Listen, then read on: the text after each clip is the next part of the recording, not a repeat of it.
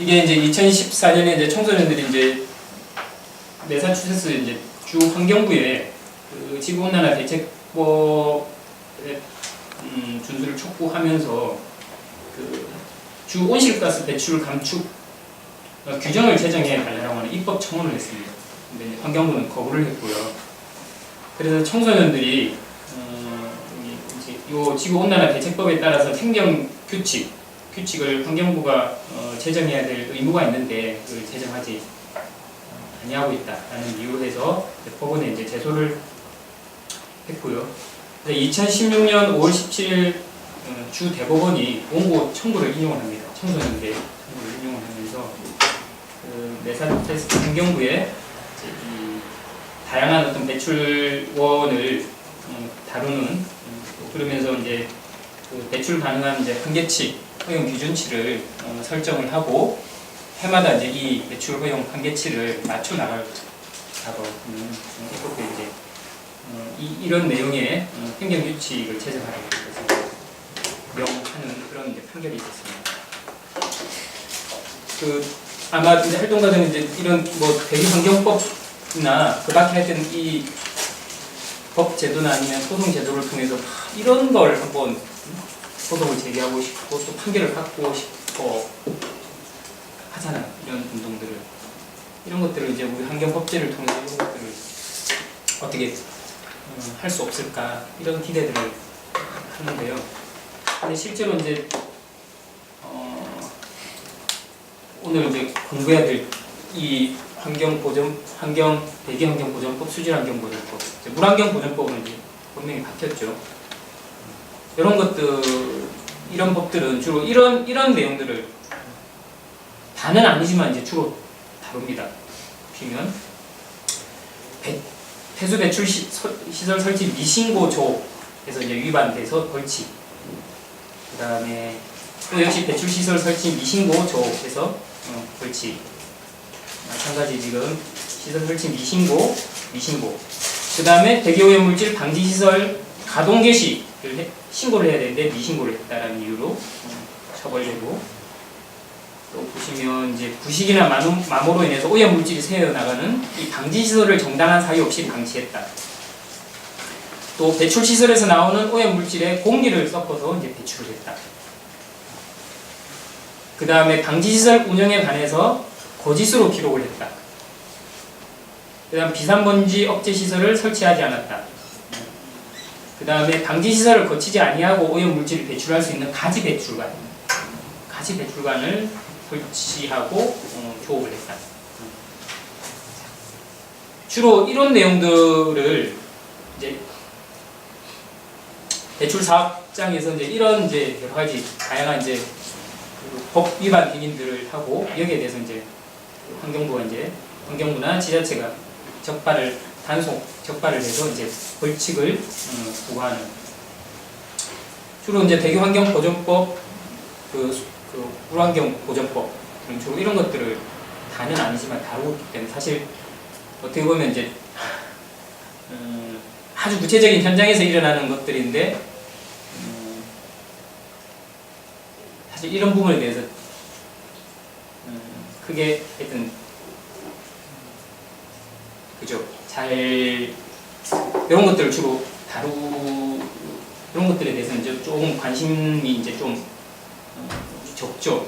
적고 또 아주 이제 이 법률, 시행령, 시행규칙 이런 것들을 보면서 이제 이런 것들을 다뤄야 되기 때문에 어떻게 보면 굉장히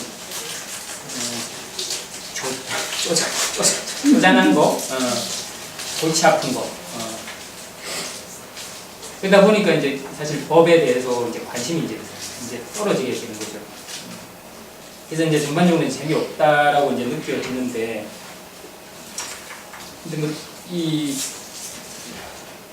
전장이라고 하는 게 사실 아까 미국 판결처럼 그렇게 이제 좀 부조적이고 뭔가 거시적인 그런 그렇게 전장이 형성될 수도 있고 또 이제 구체적인 이제 현장에서 이런 아주 미시적인 이런 전장도 이제 형성이 되게 되는데 이제 둘 다 사실은 이제 중요할 수 있고 한데 크게 이제 거시적으로 구조적인 전장에서는 사실 우리나라에서는 그런 소송이 가능할까라고 한다면 굉장히 쉽지 않은 그런 상황. 그러다 보니까 이제 그런 부분에 대해서 이제 우리나라에서는 적극적으로 이제 그런 이제 이슈 파이팅을 하는데 되게 한계가 있고, 근데 이거는 좀 미시적이고 이제 구체적인 이제 전장에서는 이제 관심이 상대적으로 이제 좀 떨어지고 하는 이런 이제 좀 계기가 생기게 되는 거죠. 그래서 오늘은 조금 이제 구체적으로 미시적인 어떻게 보면 재미가 없지만 그렇지만 사실 결코 이제 또 가볍지 않은 이런 이제 사안들입니다. 그래서 이런 것들이 이제 대기환경 보전법하고 물환경 보전법에도 어떻게 이제 이런 것들이 다루어지는지를 잠깐 한번 같이 한번 살펴보는 대로 진행하겠습니다. 우선 이제 대기환경보전법을 같이 한번 하겠습니다. 오늘 말씀드릴 차례는 이제 법의 전체 구조, 대기환경보전법이 이제 이렇게 이제 생겼구나 하는 법의 전체 구조를 한번 보고, 크게는 이제 이 사업장의 배출 규제, 그다음에 생활 환경상의 이제 배출 규제, 그다음에 마지막으로 이제 자동차 배출 가스 규제인데, 이 자동차 배출 가스 규제는 크게 우리가 주목을 하지 않다가 제가 한 3, 4년 전에 그 폭스바겐 그 게이트가 있었죠. 그 사건 이후로 요 이제 규정들이 조금 한번 좀 볼 필요가 생겼습니다. 우선 법의 전체 구조, 대기환경보전법의 전체 구조는 이러합니다. 총칙, 그 다음에 사업장 분야의 배출 규제, 3장이 생활환경상의 배출 규제, 자동차 선박 배출가스, 그 다음에 자동차, 최근에 이제 2013년도에 신설된 자동차 온실가스 배출 관리고, 그 다음에 법칙, 벌칙, 이렇게 법의 전체 구조가 있는데, 오늘은 2장, 3장, 4장 중심으로 그렇게 또 말씀을 드리겠습니다. 자, 입법 목적은 환경법 전체의 테마가 크게는 두 기둥으로 구성되어 있습니다. 하나는 이제 오염으로 인한 어떤 위해 방지이고, 또 하나는 그 환경의 어떤 질 관리 보전. 크게 이제 두 가지 기둥으로 되어 있고, 오염 부분은 이제 물환경 보전법이라든지 대기환경 보전법, 주로 이런 데서 이제 오염 문제를 이제 다루게 되고, 환경 생태계의 어떤 질의 관리, 그다음에 보존 이런 부분들은 이제 우리 자연환경 보전법에서 이제 다루죠. 지금 뭐 종래 이제 그 녹색연합은 그 자연 생태계, 자연환경의 어떤 그 질의 어떤 보존 관리 이런 부분에서 좀 더 훨씬 이제 강점을 가지는 그 단체였죠. 그래서 요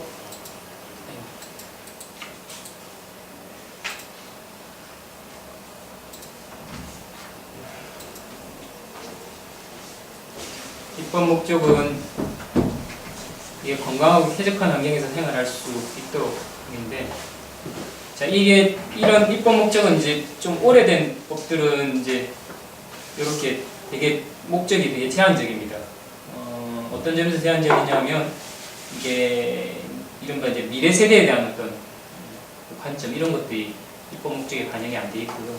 그다음에 뭐 지속 가능성 뭐 이런 어떤 개념들, 좀 합의된 개념들이 반영이 안 돼 있고, 또 하나는 이제 이 환경 자체의 어떤 보존, 그 환경 자체의 어떤 보존이 여기서 보면 이제 우리 인간의 어떤 환경권을 누리기 위한 어떤 그 수단으로 이제 설정이 되는데, 최근에는 이제 이건 환경 자체의 어떤 보존이 입법 목적 그 자체가 되는데, 요 대기환경보전법은 제정된 지가 그 다음에 이제 대기오염 물질 배출 사업장 관리 규정인데요. 첫 번째는 이제 설치 허가 또는 신고. 허가를 받거나 신고를 해야 되고 배출시설 설치하려면은 그 다음에 또 설치가 제한되는 지역이 있습니다. 특정 대기 유해 물질을 배출하는 시설 또는 대기 보전 특별 대책 지역에 설치하는 시설, 5종 사업장은 제외하는데 하여튼 이런 시설의 경우에는 허가를 받아야 되고 그 밖에 이제 배출 시설은 이제 신고를 해야 됩니다.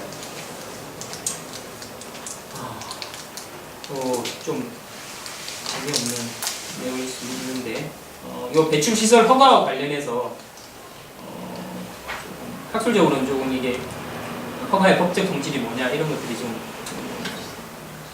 학자들마다 이제 의견이 이제 분분하고 했는데 최근에 이제 2, 3년 전에 이제 요 배출시설 허가의 법적 성질과 관련해서 이제 품이 있었고 여기에 대부분이 이제 판결이 있는데 이 사안이 약간 재미있을 수도 있어요. 보면 자, 시 도지사는 배출시설로부터 나오는 특정 대기 유해 물질로 인해서 이제 뭐 환경 기준의 유지가 곤란하거나 아니면 뭐 주민의 건강 재산, 동식물 생육에 심각한 위해를 끼칠 우려가 있다고 인정되면 대통령령으로 정하는 바에 따라 시설의 설치를 제한할 수 있다. 대통령령으로 정하는 바에 따라서 제한할 수 있다. 그래서 시행령, 요 대통령령을 보니까 제한할 수 있는 사유가 두 가지를 이제 정하고 있어요. 근데 요 우리 지금 소개할 사안과 관련해서는 저 1호 사유가 이제 관련이 되어 있었는데 여기 보시면 배출시설 설치 지점으로부터 반경 1km 안의 상주 인구가 2만 명 이상인 지역으로 특정 대기 유해 물질 중 어쩌고 저쩌고 이렇게 되어 있습니다. 자, 그런데 이제 요 우리 사례에서 보면 애초에 이제 이 발전 사업자가 이제 사용 연료를 이제 우드칩으로 해서 설치 허가를 받았는데 이제 이 사용 연료를 이제 이 폐 플라스틱 등 보형 연료로 이제 변경을 하면서 계획을 변경을 하면서 이제 설치 이제 허가를 신청을 하게 됐습니다. 요 폐 플라스틱 보형 연료를 이제 사용하면 여기서 이제 특정 대기 유해 물질이 이제 배출이 되거든요. 아까 특정 대기 유해 물질을 배출하는 경우에는 이제 설치 허가 대상이라고 그랬죠. 그래서 설치 허가를 신청을 했는데 허가 관청이 이제 거부를 했어요. 거부 이유가 인근 주민의 건강 재산 그리고 동식물 생육에 대한 위해 그리고 주변 300m 내에 위치한 상수원에 악영향을 초래할 우려가 있다라고 되어 있거든요. 또 그런 사유로 이제 허가를 이제 거부를 했습니다. 이제 폐 플라스틱, 폐 타이어 이런 것들을 지금 연료로 쓰겠다고 하거든요. 그 뭐 당연히 이제 주변 지역 주민들은 극력 반대를 할 거고 지자체장도 사실 뭐 썩 달갑지는 않겠죠. 그래서 이제 거부를 했는데 보십시오. 우리가 아까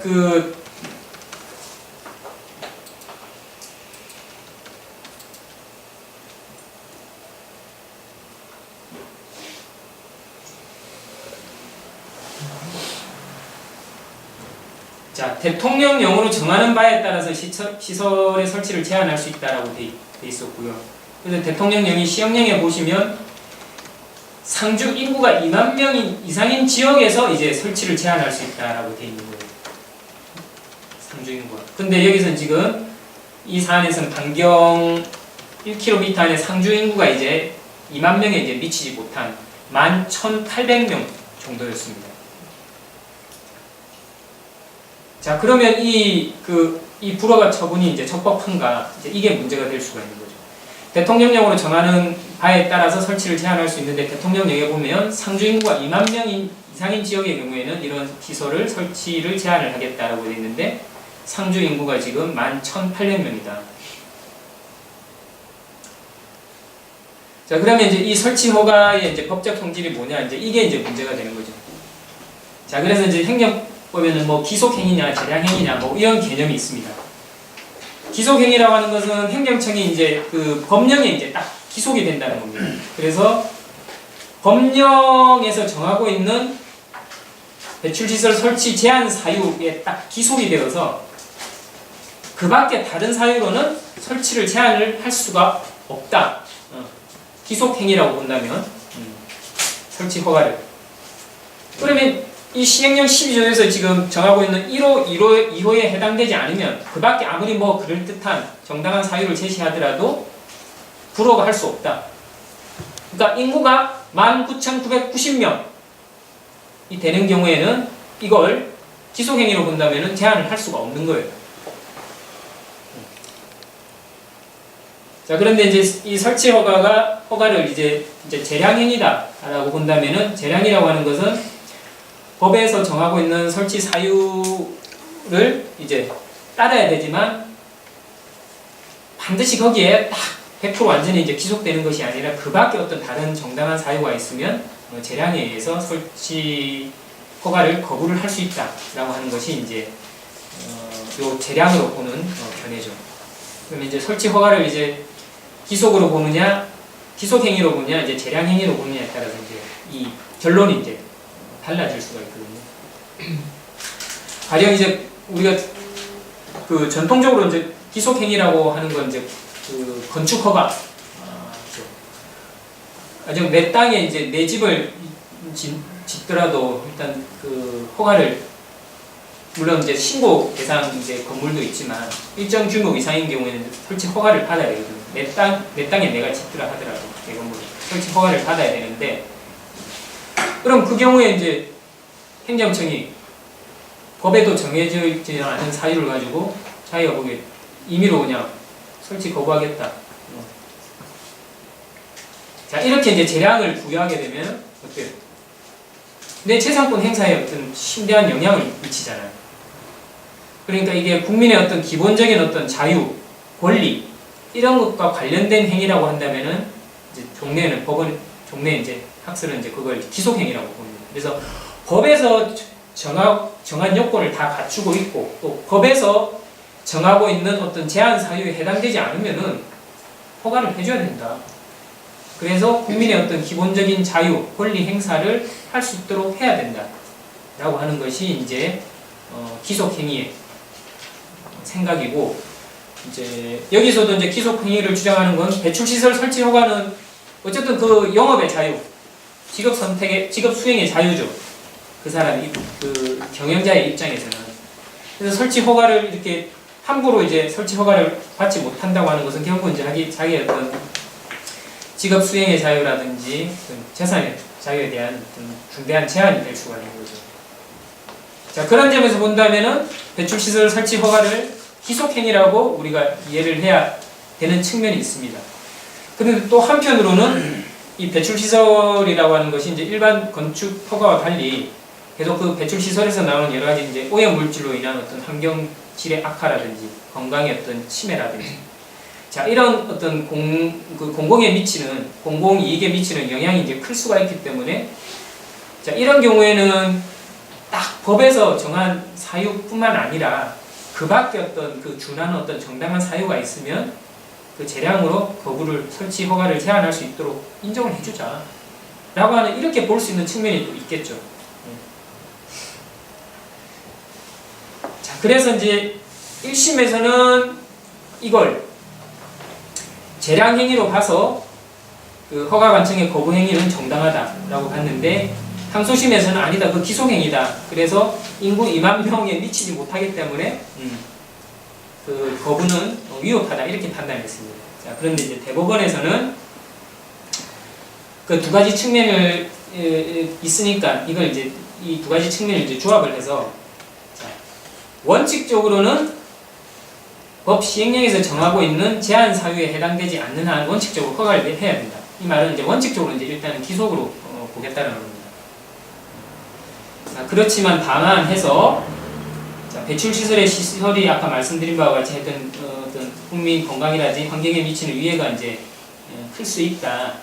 그런 점을 감안을 한다면은 시행령 12조가 딱 정한 사유는 아니지만 거기에 준하는 사유, 있어서 거부를 할 만한 어떤 중대한 공익상의 필요가 있다라고 하는 경우에는 허가를 거부할 수 있다라고 하는 이런 판결을 내린 겁니다.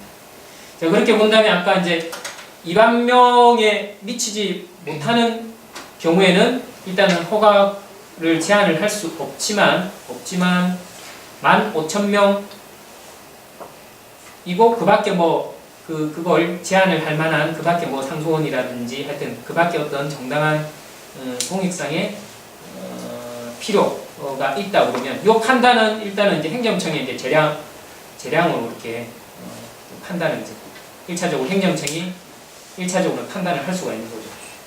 그래서 요 사안에서도 그렇게 이제 중대한 공익상의 필요가 있을 수가 있다라고 보여진다면은 허가를 거부할 수 있다. 자, 이렇게 이제 본 사안입니다.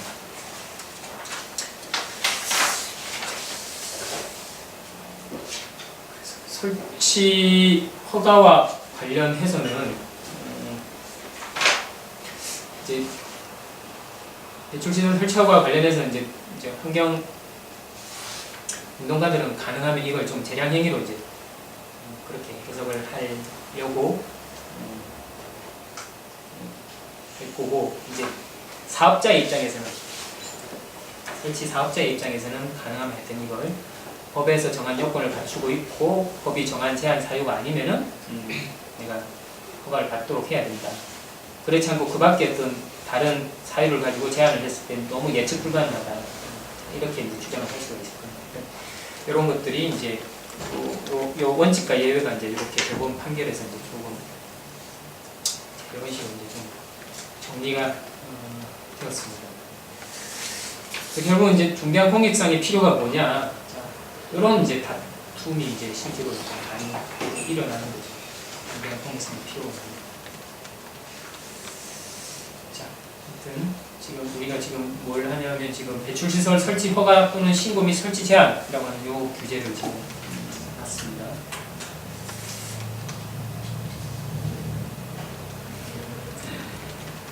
그 다음에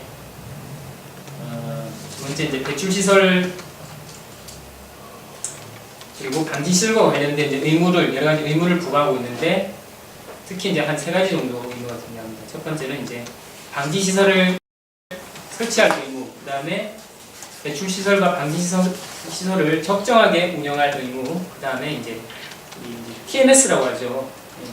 그 측정 기기를 부착을 하고 이 측정 기록을 정확하게 해야 되는 의무, 이런 것들을 의무를 부과하고 있고 이런 것들을 지키지 않은 경우에 개선 명령이라든지 조업 정지 명령, 그 다음에 이제 배출 부과금 부과, 그다음 허가 취소, 극단적으로는 사용 중지나 폐쇄 조치, 이런 것까지 이제 할 수가 있습니다. 자, 사업장 이제 배출 규제를 받고요. 그다음 생활환경상 대기 오염물질 배출 규제인데 여기는 이제 그 비산면 먼지 규제하고 휘발성 유기화합물질 규제가 있습니다. 비산먼지 규제는 여러분들 아실 텐데 하여튼 이 규제 방식이 지금 비산먼지를 발생시키는 사업장에게 신고해야 할 의무를 부과하고 있고, 그 다음에 또 비산먼지 발생을 억제하기 위한 시설을 설치해야 될 그런 의무, 설치하거나 아니면 필요한 조치를 취해야 할 의무를 이제 부과하고 있습니다. 그리고 지자체장은 사업자가 이러한 조치를 하지 않거나 또는 그 조치가 적합하지 않은 경우에는 이행 또는 개선을 명할 수 있고요. 또 이 명령을 이행하지 않은 경우에는 사업 중지, 시설 등의 사용 중지 또는 제한을 명할 수 있다. 이게 이제 비산먼지의 이 규제 방식 내용입니다. 의무를 부과하고 있고 그 의무가 이행하지 않거나 적합하지 않은 경우에는 개선을 명할 수 있고, 이 개선 명령을 준수하지 않은 경우에는 시설 사용 등을 할 수 있다. 이런 게 이제 기본적인 규제 구조입니다. 가령 이제 토사를 이제 수송하는 이런 공정이 수반되는 건설 공사장에는 이제 차량 세륜 시설 아니면 측면 살수 시설 이런 것들을 설치하도록 부분들 이런 것들은 이제 요즘은 이제 잘 대체로 이제 잘 지켜지고 있는데 그 이제 큰 이제 공사 현장 주변에 보면 막 흙들 막 이렇게 떨어져 있죠. 이런 것들 다 이제 여기 위반으로 이제 신고를 할 수가 있습니다. 그런 것들 다 세륜 시설이라든지 사슬 시설을 통해서 그런 것들 흙들을 다 제거하고 이제 이동을 해야 되는데 그런 것들이 제대로 안 됐기 때문에 그런 것들 이제 신고를 하게 되면은 이제 규제를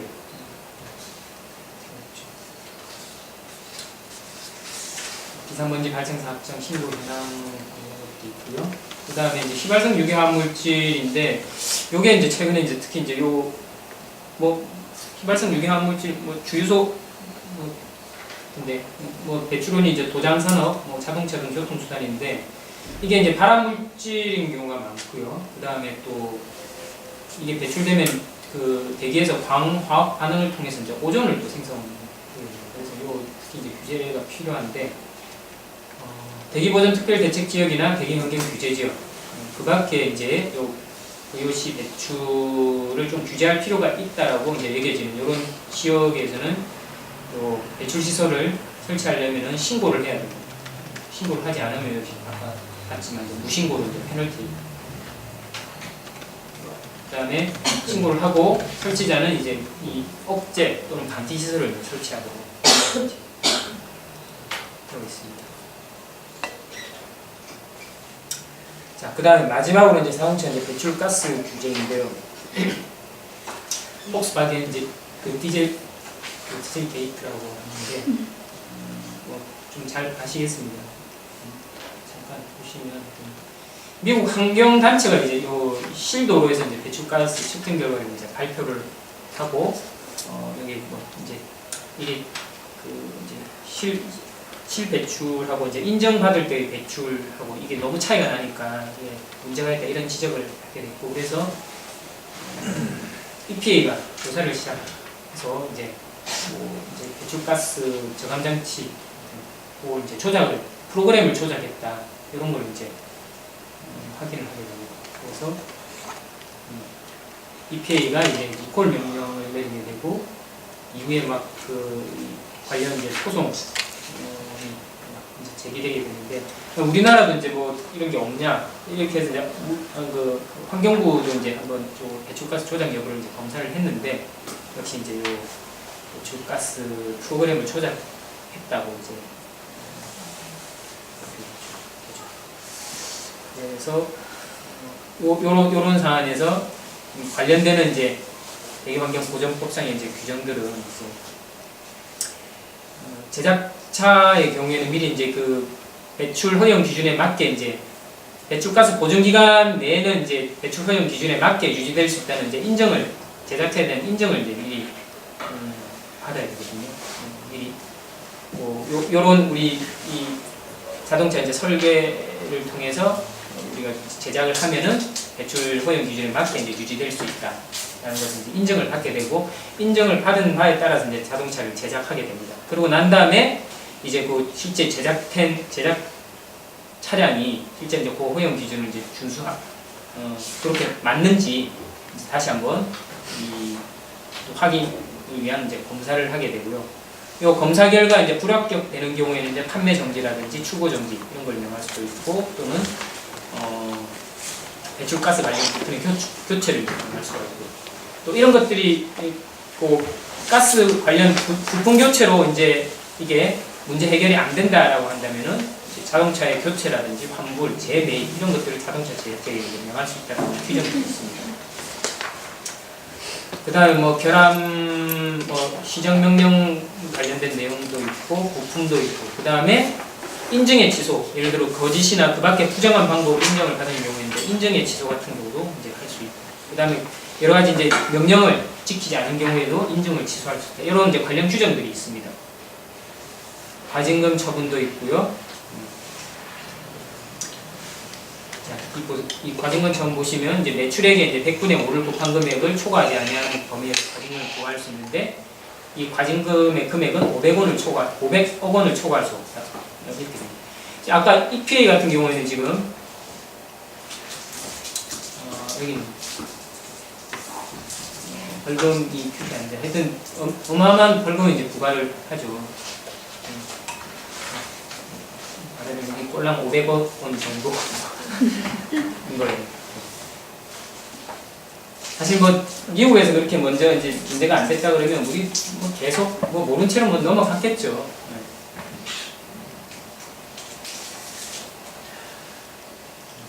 자, 그래서 이제 이 폭스바겐 를 보시면 경유차의 배출가스 저감장치 소프트웨어를 이미 설정해서 자동차 인증시험 때는 배출가스를 적게 배출하는 걸로 조작한 것이 이제 발각되었고요. 아까 말씀드린 그런 과정.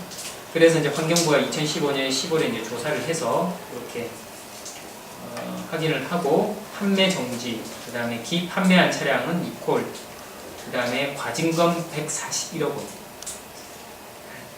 그 다음에 제작차 인증 취소 이런 것들을 이제 했는데요.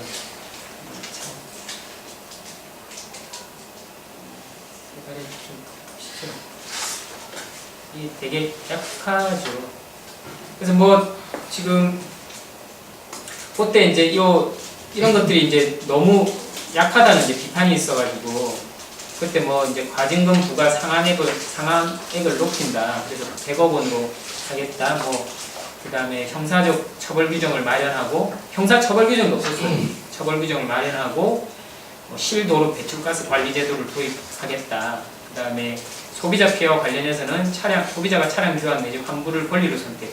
아까 뭐 교환이라든지 이콜이라든지 아니 부품 교체 명령 이건 그 소비자의 권리가 아니라 이제 행정부가 봐서 적합하다고 이제 되는 거 부품 교체를 명할 수도 있고 아니면 뭐 이제 이콜을 명할 수도 있고 뭐 이렇게 되거든요.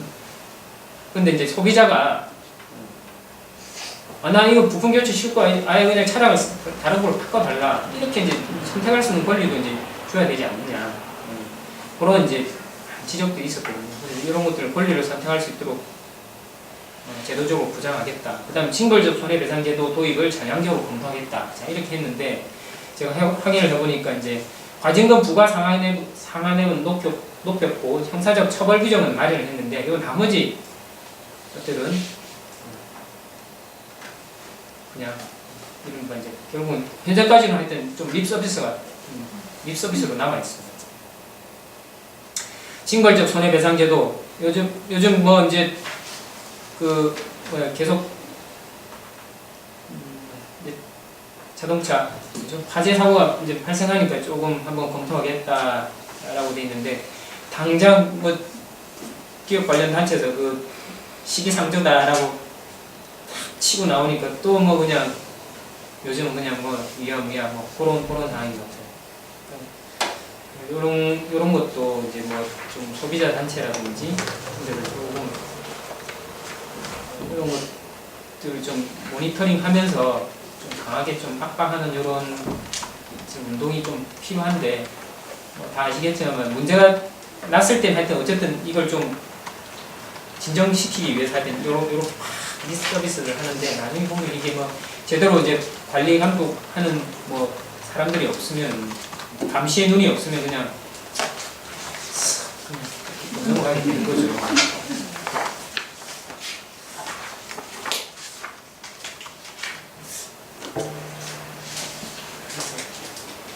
저는 이제 뭐 사실 큰 단체들도 있어야 되겠지만 저는 이제 이렇게 좀 그런 진짜 좀 이제 단체들이 좀 작은 단체지만 좀 많이 생겨가지고 좀 하여튼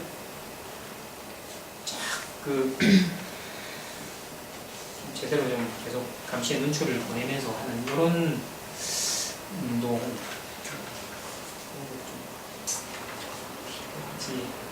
생각을 합니다.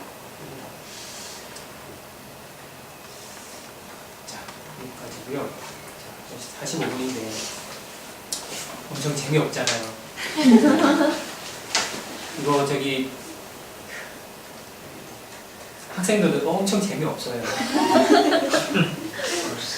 근데 시험에 내기에는 또 이런 것들이 좋거든요. 괜찮아요. 시험 내기에는 딱 좋아요. 이런 수업을 사실은 뭐 수업할 때 재밌는 거예요. 뭐 새만금 도선, 도롱뇽 도선 이런 것들 좀 이야기하면 학생들 진짜 되게 관심 있어하고 잘 듣고 하는데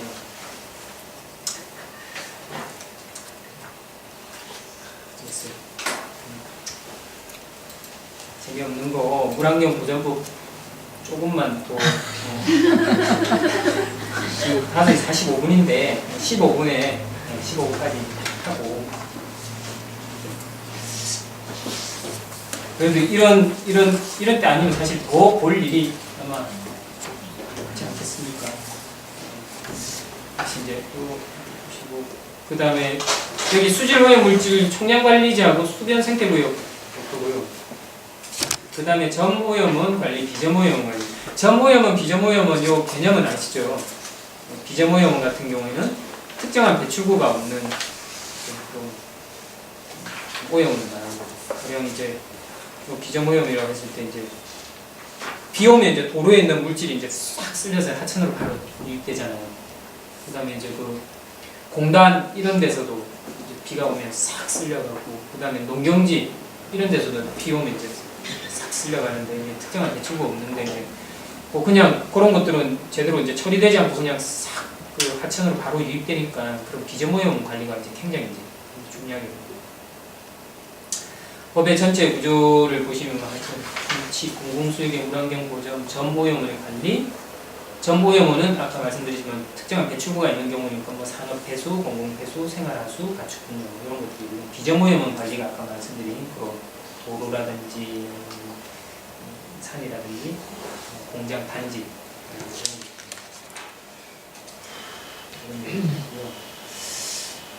자, 요 물환경 보전법은 최근에 이제 개정이 돼서요. 여기 보시면 이제 미래 세대 이런 부분이 나오죠.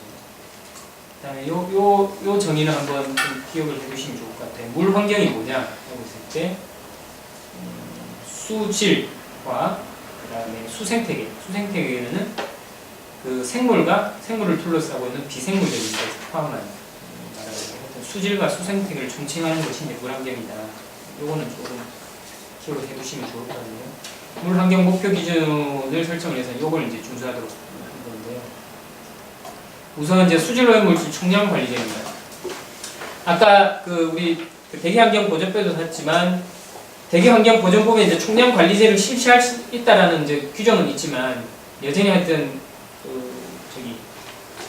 그 수도권 대기관리원역을 제외하고는 이제 그 농도 관리제입니다. 그런데 이제 그 여기 물환경보전법에서는 비교적 2004년부터 비교적 일찍 이제 요 총량 관리제가 시행이 됐는데 이게 이제 가능한 게 뭐 아시겠지만 이제 요 물과 관련된 건 유역이라고 하는 게 있잖아요. 비가 오면 이제 그 들어가는 유입되는 하천에 유입되는 그게 이제 하천 유역이라고 하는 건데, 하천 유역이라고 하는 이 개념이 있기 때문에 이 총량 관리가 훨씬 이제 좀 용이합니다. 그래서 이제 일찍부터 2004년부터 낙동강에서부터 수질 오염 총량 관리제가 이제 실시가 됐거든요. 그래서 이제 이렇게 그래서 그 본바와 같이 이제 하천의 목표 수질을 이제 정하고 이를 달성 유지하기 위해서 오염 부하량을 할당을 합니다. 이 사업장 당시는 이제 어느 정도까지 이제 배출할 수 있다. 배출 총량을 이제 할당하는 이런 제도 있습니다. 그래서 이 오염 부하량을 관리하는 방법은 이제 하수 처리 시설을 개선하는 거고, 그다음에 이제 개발 사업 인허가 관리를 통해서 합니다. 이제 개별 공장마다 이제 그 정해진 오염 부하량을 이런 하수 처리 시설을 통해서 이제 지켜야 되지만, 한편으로는 이제 그 유역에 여러 가지 이제 뭐 산업단지라든지 아니면 대규모 이제 주택단지라든지 이런 어떤 개발 사업이 사실 유역에 조금 적정하게 관리가 돼야지만 이 오염 부하량을 이제 지킬 수가 있습니다.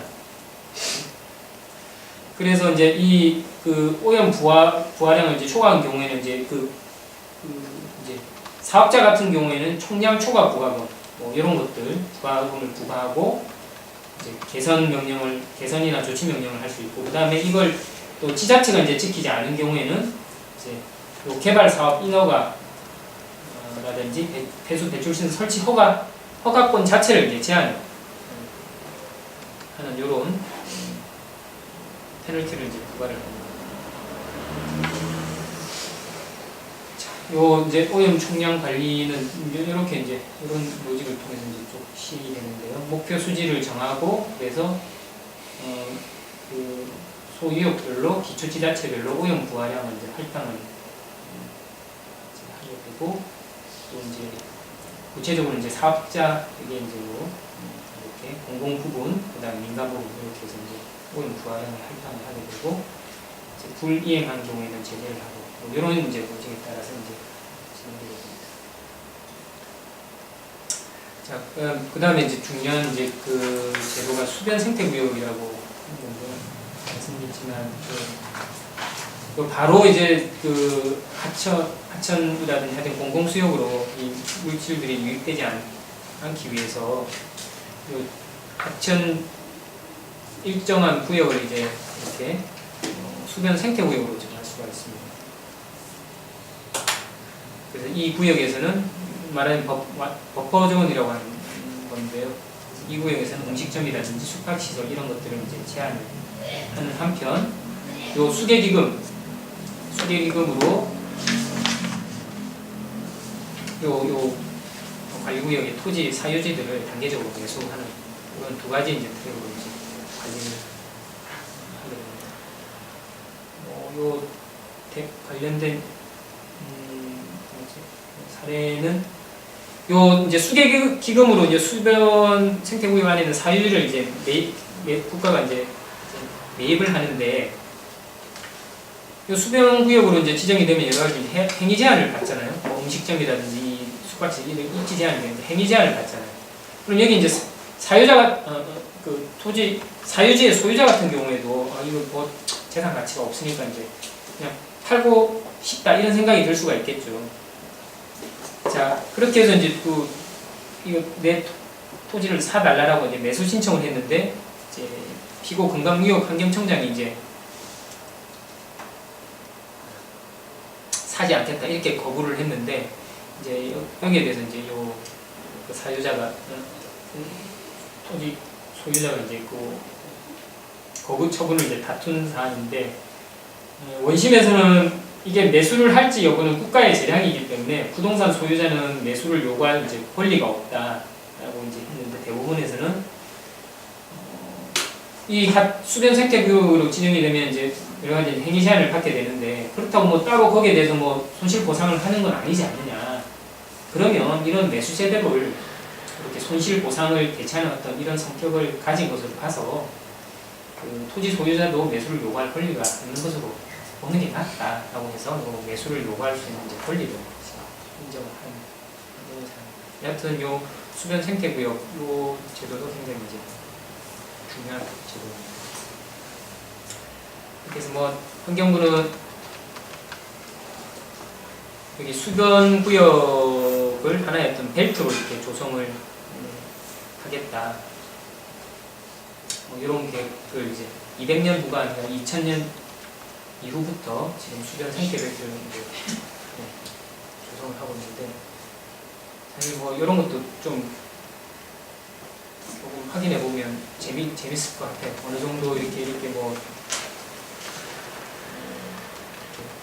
매수를 해서 복원을 하고 있는지 수변 생태 벨트가 제대로 조성되어 있는지 이런 건 굉장히 중요할 수 있는데 좀 궁금하네요.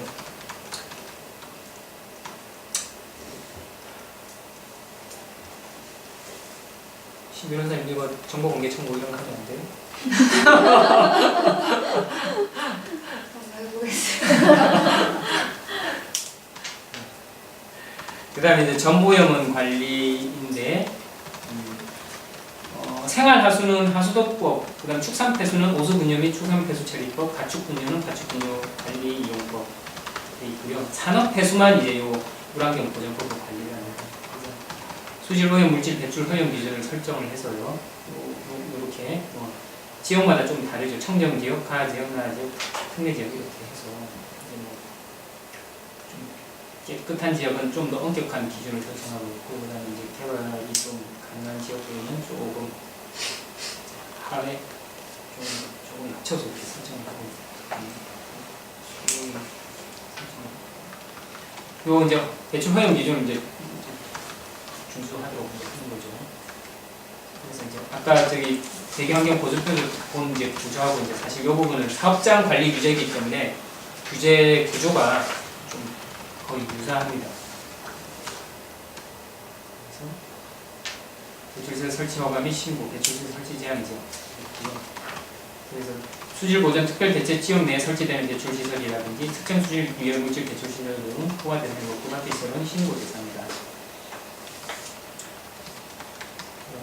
그 다음에 시설 설치 제한되는 지역 이런 것들이 있고, 그 다음에 배출시설 방지시설의 적정 운영 의무, 그 다음에 측정기계 부착, 측정기계 부착한 사업자의 금지, 부착을 해놨는데 이걸 뭐 제대로 이제 뭐 조작을 한다든지 이런 것들을 금지하고, 대출 허용 기준 초과한 사업자에 대해서는 배선 명령, 조업 정지 명령 이런 것들. 자, 조금 관심을 가질 만한 사례가 이제 석고 재련소 사례 이제 좀 들어보셨을 텐데요. 낙동강 최상류인 봉화군 석통면에 이제 재련소가 있어요. 어떻게 가능?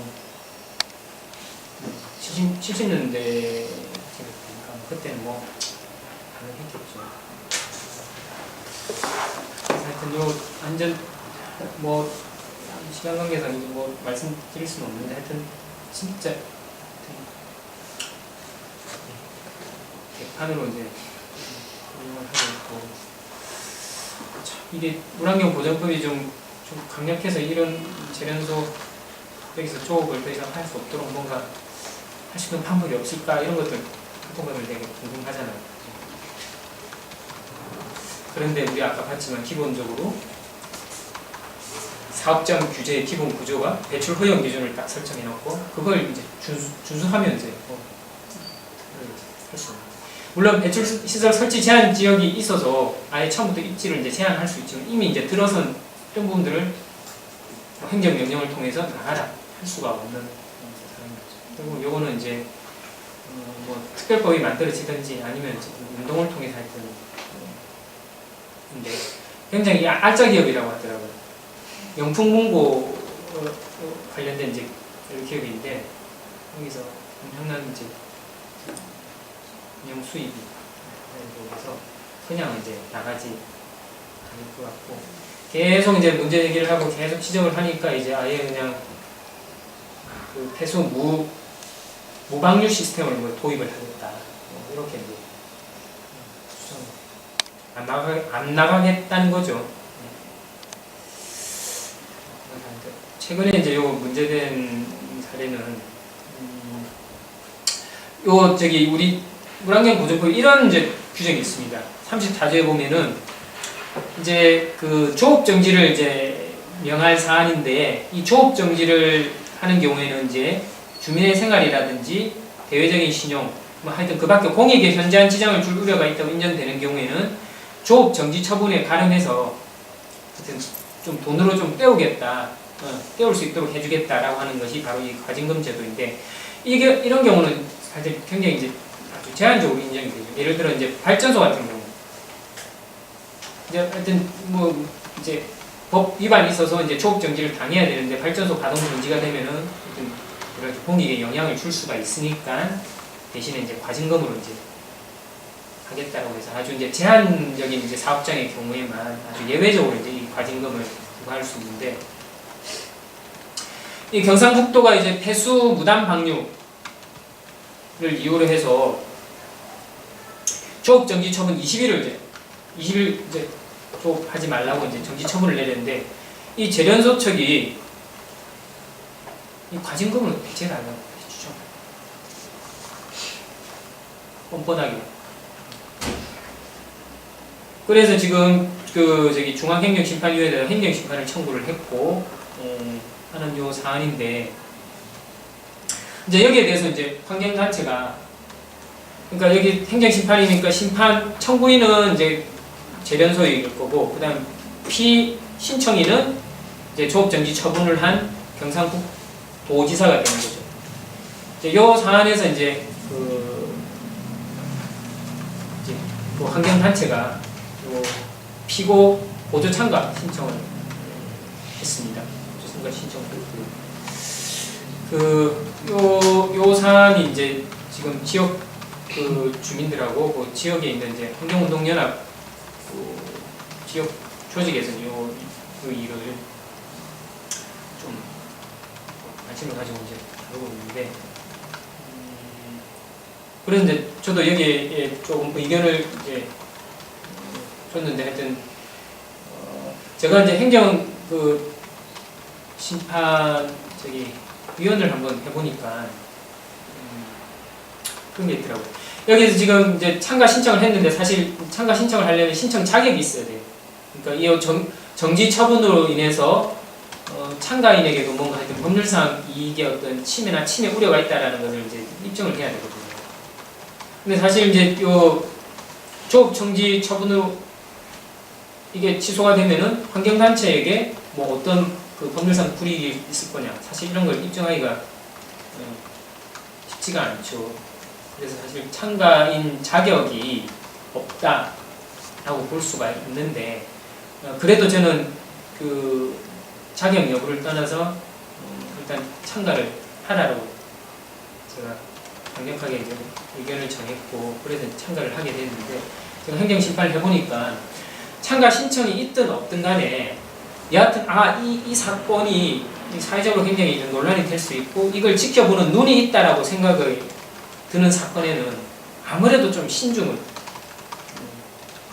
그러니까 그 제3자가 어떤 정당한 이제 공익을 내세우면서 하여튼 뭔가 참가를 하겠다 이렇게 나왔을 때는 참가 신청 자격을 주진 않겠지만, 그래도 이게 단순하게 요 행정청하고 그 사업자 간의 문제가 아니라 이게 사회 문제, 사회 이슈이구나 라는 것을 인식하게 되면은 그 사건을 대하는 데 있어서 그 제3자의 이익도 물론 이제 사업자의 이익도 고려하지만 하여튼 거기에 잘 드러나지 않았던 어떤 공익에 대한 그런 것들을 염두에 두면서 기록을 검토를 하게 되더라고요. 그래서 사실 그거는 제가 이제 요 행정심판 참가를 하면서 제가 거뒀던 소중한 경험인데, 아마 그런 경험이 없었다 그러면 그냥 참가 자격 이게 없을 것 같은데 좀 하면서 되게 부정적으로 나왔을 텐데, 제가 그런 경험을 하고 난 다음에 이거 기각 받아들여지느냐 기각되느냐 이게 중요한 게 아니라 감시하는 눈이 있다라는 것을 적극적으로 보여줄 필요가 있다. 그렇게 해서 관련 자료도 막 제출하라 라고 막 그렇게 했거든요. 그러니까 어쨌든 계속 지금 심리가 이제 연기가 되고 있는데, 여하튼 뭐 참가 자격이 없다라고 해서 기각되더라도 이제 위원들은 그렇게 쉽게 이렇게 사업자 손을 아마 들어주지 못할 거예요. 쉽게. 왜냐하면 하여튼 이게 그 결정에 따른 후폭풍을 좀 생각을 하게 된다면, 그런 이제 효과가 있기 때문에 물론 이제 법률 전문가 변호사의 어떤 의견은 이제 존중을 해야 되겠지만, 때로는 하여튼 그 변호사가 이제 어쨌든 전문가가 가지는 한계라는 게 분명히 있잖아요. 때로는 이제 그걸 이제 넘어서야 될 필요성이 있는데, 요 사안이 이제 그런 사안인 것 같고, 그래서 어떻게 보면 사실 뭐 이거 조업정지 뭐 여기 이긴다 하더라도 사실 궁극적으로 저기 있어야 될 사업 입지로서는 이제 적절하지 않은 건데, 사실 이게 이런 게 승소한다 하더라도 내보낼 수는 없죠. 내보낼 수는 없지만 어쨌든 계속 문제 제기하고 감시의 눈을 보내서 그래도 조금이라도 좀 어쨌든 덜 오염시키는 쪽으로 좀 해야 되겠죠. 그렇게 해서 사업 그 비용을 좀 높일 필요가 있어요. 사업 운영 비용. 지금 보도드리는 수익은 큰 반면에 이제 사업에 따라서 이제 지출해야 될 필요 비용이 현장에 다 나뉘는 거잖아요. 해수 무방류 시스템 왜 지금 도입해요? 진작에 도입을 해야죠. 그러니까 그렇게 계속 문제 제기를 하니까 그렇게 사업 비용을 높이게 되고 그렇게 해서 이제 그 전반적인 그 운영 수익을 낮춤으로 인해서 좀 더 이제 이 규모라든지 이런 거를 조금 이게 스케일을 좀 다운시키는 그런 것들을 통해서 조금 더 나은 상태를 만드는 거 이런 것들이 필요한데 하여튼 그리고 관련해서 이제 또 주변에 여기서 나오는 대기 오염 물질로 인해서 주변 한번 나중에 한번 보시면 주변 산에 그 식생들이 다 고사했어요. 다 아시죠? 그거 뭐 사유지도 있을 텐데 그 보면 이제 그 우규림, 공유림도 있거든요.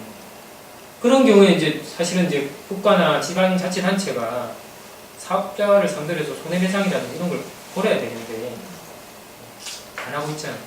그러면 이제 시민단체가 나서서 그런 것들을 좀 할 수 있는 뭔가 제도적 기반이 있으면 좋은데 사실 그런 것도 없고 그런 문제가 있는데 한편으로는 이게 이제 운동을 통해서 그렇게 계속 압박을 하면서 또 한편으로는 운동을 통해서 그런 뭐 시민소송이라든지 환경단체 소송이라든지 아니면 자연환경 침해에 대한 또 손해배상 제도라든지 이런 것들이 좀 마련될 필요가 있는데 그런 법제도 운동 그런 것도 사실 여기 이제 있는 두분 변호사님들의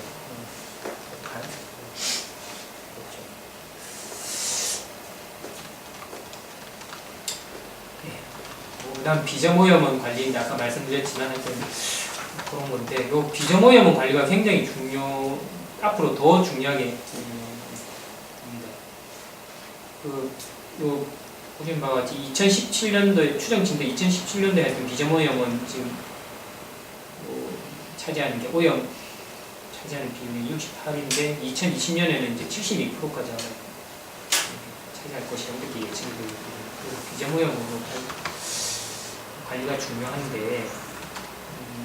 하여튼 우리 저기 법에는 그렇게 비점오염원 관리 지역으로 지정을 하고 비점오염원 관리 대책을 수립하도록 이렇게 하고 있습니다.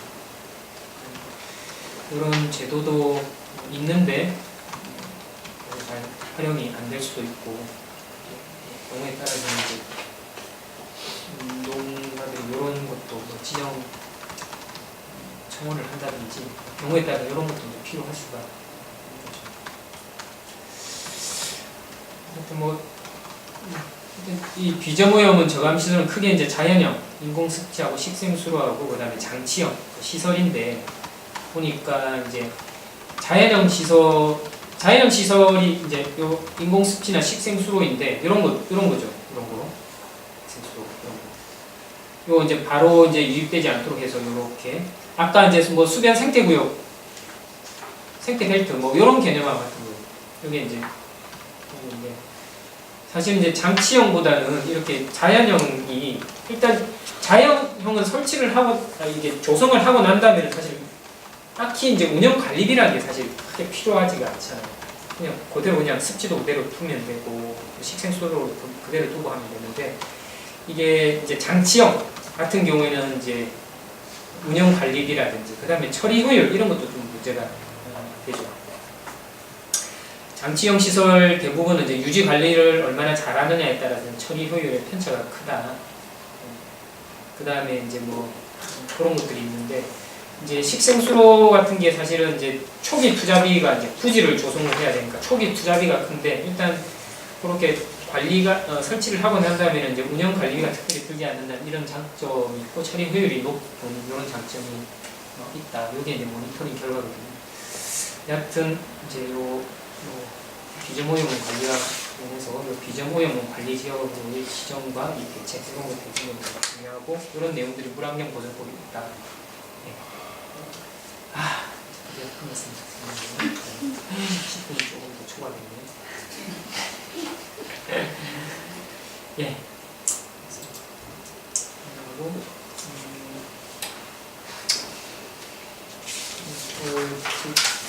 그리고 이런 제도들 제가 다 소개한 건 아니고요. 조금 좀 특별히 이제 좀 의미가 있겠다 싶은 것들 중심으로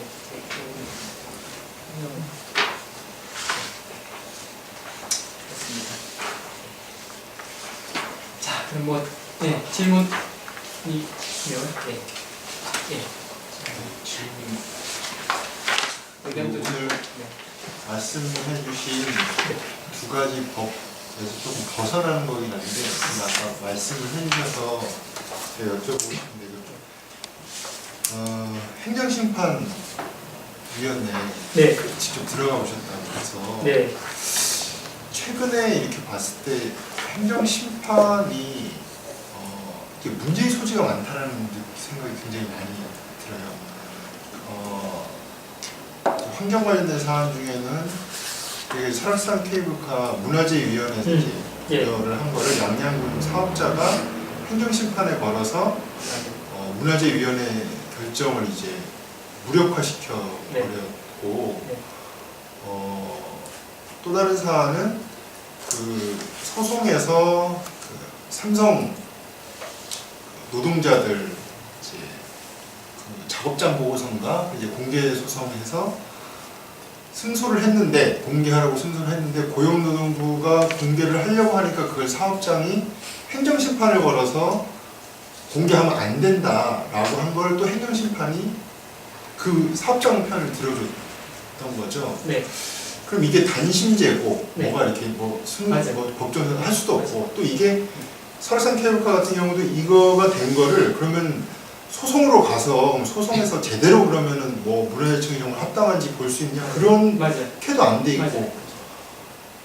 더군다나 이 삼성 노동자들 그 작업장 보고서 같은 경우에는 저는 아무리 생각해도 이게 행정심판이 법원에 위에 있는 거거든요 사실. 네. 법원에서 공개를 하라고 한 결정을 행정심판이 못하도록 막는 결과가 났는데 이게 되게 심각하다. 제가 볼 때는 행정심판이 번번이 개발자나 사업자들 손을 들어주고 이 시스템 자체도 이 정식 재판처럼 뭔가 기간도 굉장히 그냥 막 졸속이라고 표현하는 굉장히 짧게 설악산 케이블카도 그냥 비전문가들이 그냥 모여서 이렇게 결정하고 이런 시스템이어서 직접 안에 들어가 보셨기 때문에 더 잘 아실 것 같아서 네. 이런 문제의식에 대해서 네. 어떻게 생각하고 어떻게 개선이 필요성이 있는지 좀 네. 이야기해 주시죠. 저는 이게 굉장히 이제 정치적인 결정이라고 생각을 하고 사실 이제 행정심판위원들은 기본적으로 이게 행정청의 어떤 내부 자기통제인데 일단 행정청의 결정을 좀 존중을 해주려고 하는 이런 기본적인 이제 생각이 있습니다. 그러니까 사업자하고 이제 행정청하고 이제 보통 이제 다투잖아요. 다투는데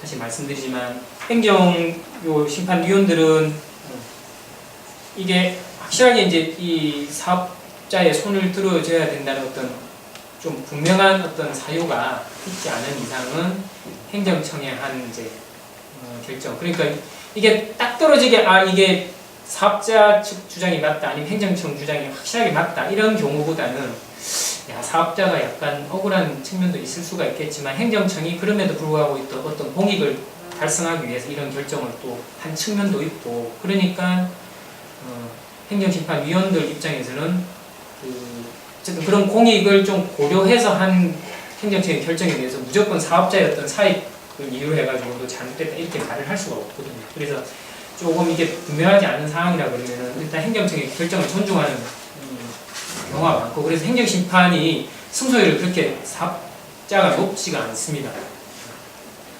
높지가 않은데 설악산에서 지금 또 아까 그 삼성 같은 경우는 제가 보기에는 삼성이기 때문에 이 행정위원들이 저는 그렇게 결정을 했다고 생각을 물론 뭐 구체적으로 커넥션이 있다 이런 게 아니라 굉장히 이제 그런 것들을 그러니까 내면화하는 거죠.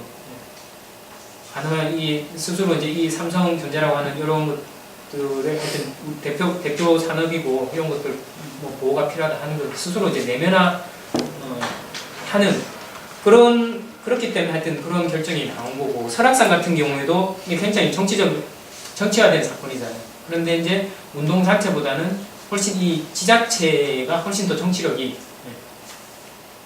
자기들 판단하기에 더 크다고 저는 판단을 했다고 생각해요. 그 설악산 같은 경우는 저도 이제 결정문을 봤는데 문화재청의 어떤 전문적인 판단에 대해서 개입을 해서 그런 거 있지만 이용 측면도 해야 된다 이렇게 나왔잖아요. 사실은 그 행정심판위원이 제 경험에 의하면 그렇게까지 내용에 대해서 구체적으로 개입을 해가지고 그걸 무력화시키는 문화재청이 그러면 이용도 물론 뭐 전혀 그런 고려가 없지는 않겠지만 기본적으로 문화재청이라고 하는 것은 보존이잖아요. 그렇게 본다는 보존 중심으로 판단하는 게 맞고 그래서 전문위원들이 그렇게 판단을 했고 문화재청이 그렇게 판단을 했는데 여기서 이용이라고 하는 그것들을 끌고 들어간 거예요. 사실 문화재보호법에서 추구하고자 하는 이용과 보존의 이제 균형이 아니라 보존의 비중이 있는 거잖아요. 근데 여기서는 설익은 판단으로 이용과 보존을 두루 고려해야 된다 이런 판단을 했거든요. 저는 이제 법리적으로 문제가 있지만 한편으로 어쨌든 이게 그런 어떤 훨씬 더 그런 지자체의 어떤 그런 존재를 훨씬 더 의식을 했다라고 생각을 하고 거기에 따라서 하여튼 이용이라고 하는 그런 법리를 통해서 그렇게 저는 결정을 했다고 하는데 이게 제 경우에 비추면 이렇게 내용적으로 전문적인 판단에 의해서 간섭에 들어가는 경우는 굉장히 예외적입니다. 제가 뭘 알아서 전문위원 문화재청이 그렇게 한 전문적 판단에 대해서 그거는 잘못됐다, 균형을 잃었다 그렇게 함부로 말을 할 수가 있겠습니다. 그래서 이게 저는 굉장히 하여튼 이거는 하여튼 예외적인 어떤 현상이고 이 예외는 제가 말한 그런 여러 가지 하여튼 스스로 하여튼 뭔가 기업의 어떤 논리를 내면화하는 그런 측면도 있고 또 한편으로 하여튼 정치 파워팅에 대해서 하여튼 또 다른 반대의 어떤 지자체의 어떤 그런 존재를 훨씬 더 비중 있게 받았기 때문에 지역 개발이라든지 하여튼 이런 것 때문에 이런 논리를 저는 만들었다고 생각합니다. 물론 위원 중에 뭐 반대하는 분들도 있었을 거예요. 있었을 텐데 그 위원분들이라는 게 특히 산업 안전에 특히 비중을 둔다든지 아니면 환경에 특히 좀 비중을 둔다든지 사실 그런 법률 전문가보다는 어쨌든 이런 환경도 하나의 이익이고 개발도 하나의 이익이고 산업도 하나의 이익이고 하니까 이게 지역 경제 개발도 하나의 이익이고 하니까 이런 것들이 균형 있게 고려를 해야 된다. 일단 이런 생각들을 가진 사람들이 많거든요. 많은데 이 사안에서는 하여튼 그런 것들이 더 작용을 했고 그렇게 해서 그 법리로 논리로 이렇게 한것 같다는 생각이 듭니다. 그래서 사실 이런 사안은 어떻게 보면 이제 법리는 일종의 도구이고 사실은 먼저 이 선언적으로 이렇게 누구 손을 들어줘야 되겠다 이런 게 사실 그 사람의 어떤 정치관, 하여튼 세계관, 인생관 이런 것들에 대해서 사실은 선언적으로 굉장히 결정이 되고 그 법리라고 하는 것은 그 자신의 결정을 정당하게 하는 논리죠. 그런 게 이런 사안에서는 아주 구체적으로 구하게 돼요. 위원들끼리 이야기하면 이런 사안에서는 저 사람의 어떤 그 정치관, 세계관 이런 것들이 아주 적나라하게 드러납니다. 보험도 좋지만 어쨌든 이 우리나라 유수 기업이고 세계적인 기업인데 이런 이야기들이 실제로 나와요. 그 다음에 지역 개발도 필요하다 이런 이야기들이 아마 실제로 나왔을 거예요. 법원에서 결정한 거를 행정심판에서 그렇게 하는 게 이게 우리나라 법칙이랑 이상 이게 맞는 건가요? 그거는 아마 이제 구체적으로 들어가면 이제 아마 이제 이렇게 이제 판단을 할 수 있는 여지가 있기 때문에 아마 이렇게 판단을 했을 텐데, 우자 이제 두 번째 이제 정보공개와 관련해서 사실 제가 이제 관련된 이제 결정문을 이런 걸 안 봐서 제가 구체적으로 말씀을 드릴 수가 없는데 제가 설악산을 봤기 때문에 이제 말씀을 드릴 수 있는 건데, 저는 그거는 아마 그래서 그럴 거다. 그러니까 결국은 이제 사실 이런 사건에서 한편으로는 이제 변호사들이 열심히 이제 법리 개발을 통해서 싸우기도 하지만 또 바깥에서 계속 같이 이제 좀 싸워주고 국민 여론을 이제 좀 우호적으로 만들고 이렇게 해서 위원들이 하여튼 쉽게 이렇게 개발적으로 또 쉽게 그 산업적으로 이렇게 손을 들 수 없도록 이렇게 좀 하여튼 눈치를 보게 만들어야 되는데 이런 사안에서는 이제 저쪽이 훨씬 더 이제 존재감이 컸던 거죠. 하여튼 저는 그렇게 생각을 합니다.